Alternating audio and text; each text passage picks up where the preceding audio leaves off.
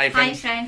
இன்னைக்கு வந்து நிஷா வந்து முட்டைகோஸ் செய்ய போறேன். முட்டைகோஸ் பொரியல். மத்தியான சாப்பாடுக்கு வந்து வேறதான் இது பண்றதுக்காக வந்து ரசம் வச்சு சாப்பாடு வச்சு முட்டைகோஸ் பொரியல்.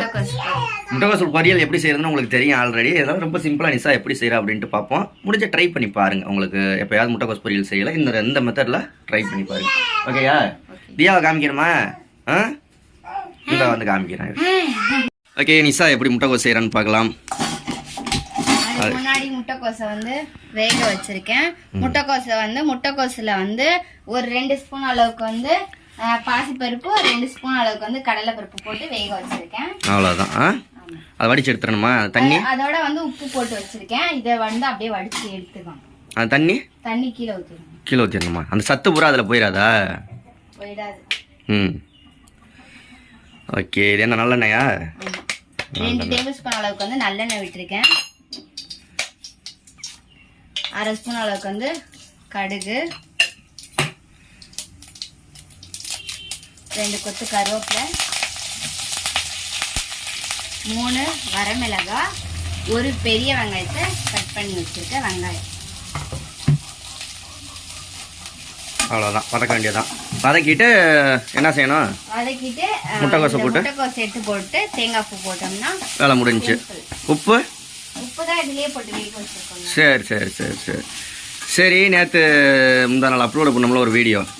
என்ன அது? உன்னோட ப்ரெக்னன்சி ஸ்டோரி.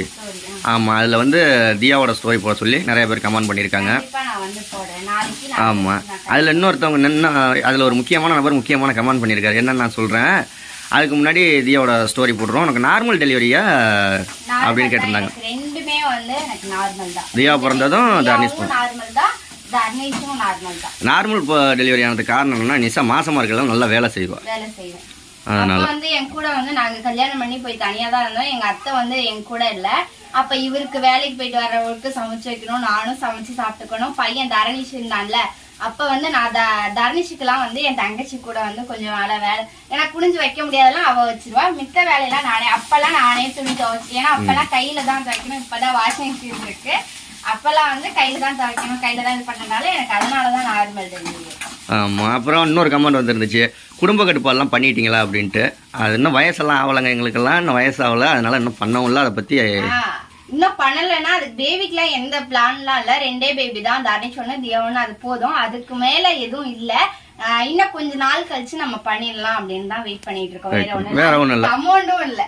ஆமாம், அமௌண்ட்லாம் கொஞ்சம் சேர்த்துட்டு பண்ணிடுவேன் கண்டிப்பா. ஓகே நிஷா, சரி எல்லாம் ரெடி பண்ண நம்ம சாமி கும்பிட்றப்ப அப்புறமா பார்ப்போம் ஃப்ரெண்ட்ஸ். ஓகே, பாய் சொல்லிடு எல்லாருக்கும். பாய் பாய்.